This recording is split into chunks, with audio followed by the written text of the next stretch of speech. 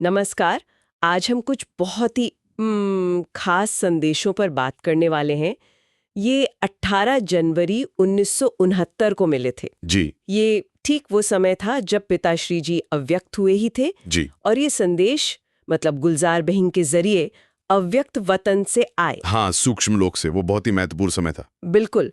और इन संदेशों में ना गहरी आध्यात्मिक बातें और अनुभव छिपे हैं। जी। तो आज हमारी कोशिश रहेगी कि इनके सार को समझें कि क्या सीख सकते हैं इनसे आज भी। सही बात है, चलिए देखते हैं। तो सबसे पहले एक बड़ा क्या कहूँ शक्तिशाली दृश्य आता है सामने। जी। जैसे एक रोशनी का पहाड़ है। हाँ, प्रकाश की पहाड़ी। जी। और नीचे शक्ति सेना पांडव दल है। जी। और ऊपर बाप दादा, बाप और दादा। हाँ। फिर आकाशवाणी होती है कि भाई इन्हीं से कल्याण होना है दुनिया का। और इसमें जो मुख्य इशारा है वो देही अभिमानी बनने के अभ्यास पर है। ये क्या स्थिति है असल में? देखिए, देही अभिमानी का मतलब है खुद को ये शरीर ना समझकर आत्मा अनुभव करना, चैतन्य शक्ति। आत्मा अनुभव करना। जी।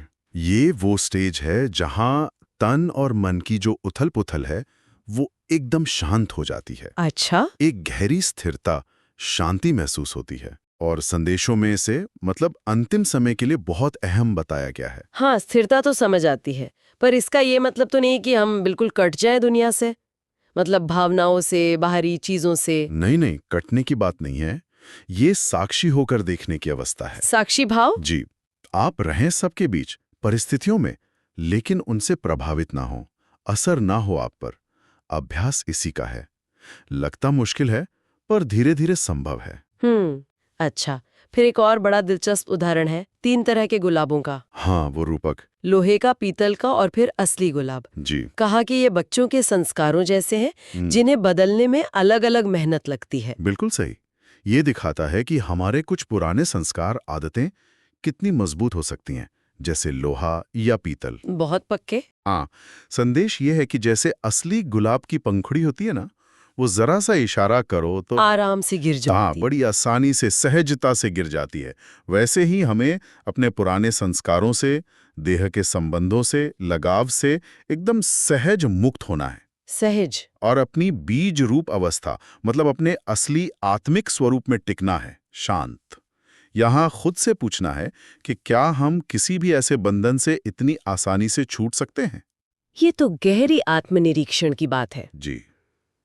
अच्छा, संस्कारों की बात हुई, पर आपसी व्यवहार पर भी एक बहुत प्रैक्टिकल सीख है इसमें। वो जो वाकया है, जो बाप दादा को मधुबन आने को कहा गया, हाँ हाँ, निमंत्रण दिया गया था। तो उन्होंने पहले मना किया, फिर फौरन हाँ कह दी। ये थोड़ा अजीब नहीं लगता? हाँ, पहले ना फिर हाँ। हाँ, लगता है, लेकिन इसके पीछे कारण बताया उन्होंने। सिखाया कि किसी की बात को, किसी के विचार को एकदम से मतलब ठुकराना नहीं चाहिए। अच्छा, पहले सम्मान दो, कहो हाँ जी बहुत अच्छा, क्यों नहीं। इससे क्या होता है, सामने वाला का जो फोर्स होता है ना वो कम हो जाता है। फिर नरमी से अपनी बात समझाओ तो बात बन जाती है।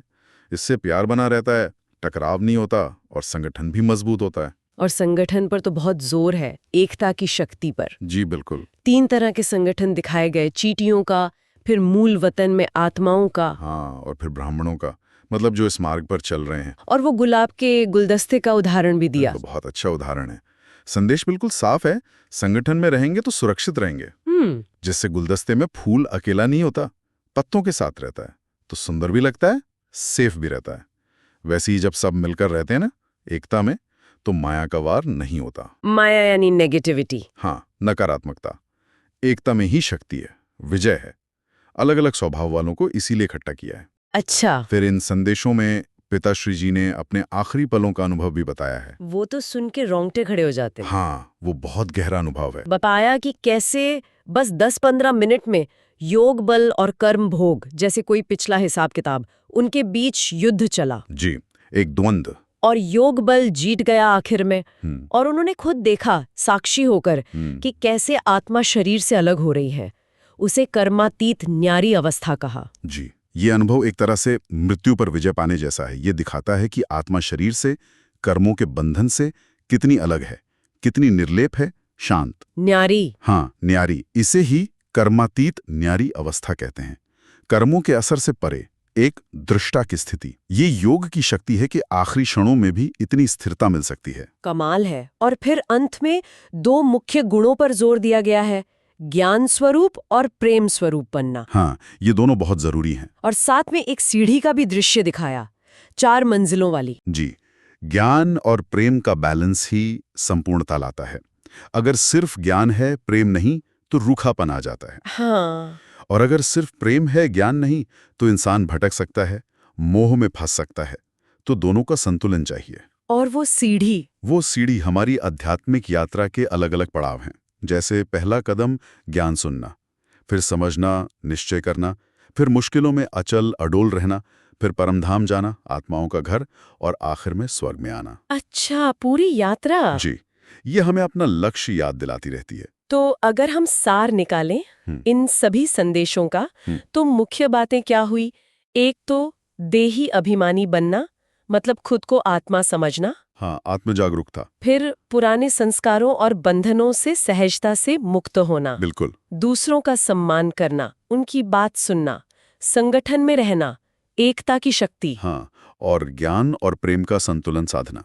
और अपनी आध्यात्मिक यात्रा के हर कदम पर उस सीढ़ी की तरह सजग रहना। बिल्कुल सही, यही मुख्य शिक्षाएं हैं। और ये सोचने वाली बात है ना कि ये संदेश जो सूक्ष्म जगत से आए 50 साल से भी ज्यादा हो गए। जी, काफी समय हो गया। लेकिन आज भी कितने रेलेवेंट हैं?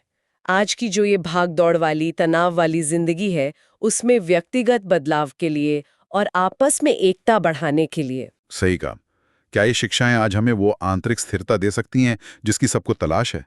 बाहरी शोर के बीच शांति पाने का रास्ता और अपने आसपास का माहौल बेहतर बनाने का तरीका? ये सवाल शायद हम सबके सोचने के लिए है। जी बिल्कुल, मनन करने के लिए।